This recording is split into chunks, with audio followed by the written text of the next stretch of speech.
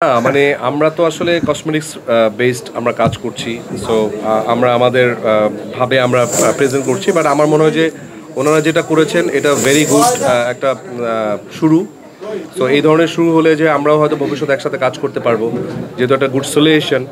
আমি বলছি যে বড় যারা কোম্পানি আছে তাদের হয়তো বা দরকার নেই, কিন্তু যারা ছোট আছেন, যারা মার্কেটে অনেক কিছু বুঝেনি না, হ্যাঁ, তাদের জন্য আমার মনে হয় যে দিস ইজ দ্য বেস্ট মানে প্রোডাকশন হাউস।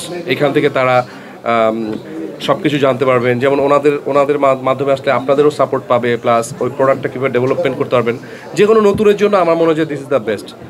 সো আমি হয়তোবা নিজে পার্সোনালি এরকম প্রতিষ্ঠান না করলে ওনাদের সাথে আমি ফ্যান হয়ে গেছি ওনাদের, কজ আমি কিন্তু বেসিক্যালি মুভির পাশাপাশি আমি হচ্ছে ব্র্যান্ডিং এর সাথে কাজ করছি, এন্ড আমার পার্সোনাল ইউটিউব চ্যানেল আছে। আমি অনেক সময় হয় না যে আমাকে কে ভিডিও বানাই দিবে, একটা কুকিং ভিডিও বানাচ্ছি বা একটা মিউজিক ভিডিও বানাচ্ছি যেটা স্টুডিও ব্যাকগ্রাউন্ডের। সো আমি অনেক কভার গান গাই বা রবীন্দ্রসঙ্গীত বা অন্যান্য যে গানগুলো গাচ্ছি, দেখা যায় যে আমার একটা স্টুডিওর প্রয়োজন হয়।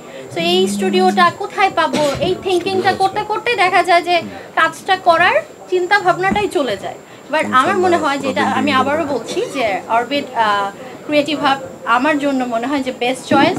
আমি কাজ স্টার্ট করছি ওনাদের সাথে, আপনারাও করুন। Thank you so much. যে যিনি নাম্বার ওয়ান, তিনি সব জায়গায় নাম্বার ওয়ান। সো উনি অভিনয়ে যেমন নাম্বার ওয়ান, বিজনেসেও ঠিক একইভাবে আছেন। সব জায়গাতেই ওনার বিচরণ খুব স্ট্রং অ্যান্ড পজিটিভ। কখনো জিততে হলে হারতে হয়, রাইট। আমরা যেহেতু অনেক পজিটিভ, আমার প্রত্যেকটা টিমে থেকে আমাদের ইমেজ সবচেয়ে ভালো ছিল, পজিটিভ ছিল। আমরা সব দিক থেকেই মানে ভালো ছিলাম। তো প্লেয়াররাও খুব খুশি আমাদের উপর। সো ডেফিনেটলি আমরা পরবর্তী বিপিএলটা আরও স্ট্রং ভাবে আগাবো। এবার যেহেতু অনেক কিছু আমরা বুঝিনি, সো নেক্সট বিপিএলে আমরা অনেক ভালোভাবে আগাবো ইনশাআল্লাহ। আমরা এনজয় করেছি, দ্যাটস ইট। আমরা ওটা নিয়ে মানে হার জিত থাকবেই, আমরা এনজয় করেছি প্রত্যেকটা ম্যাচ। হার জিত সব সমান ছিল আমাদের কাছে।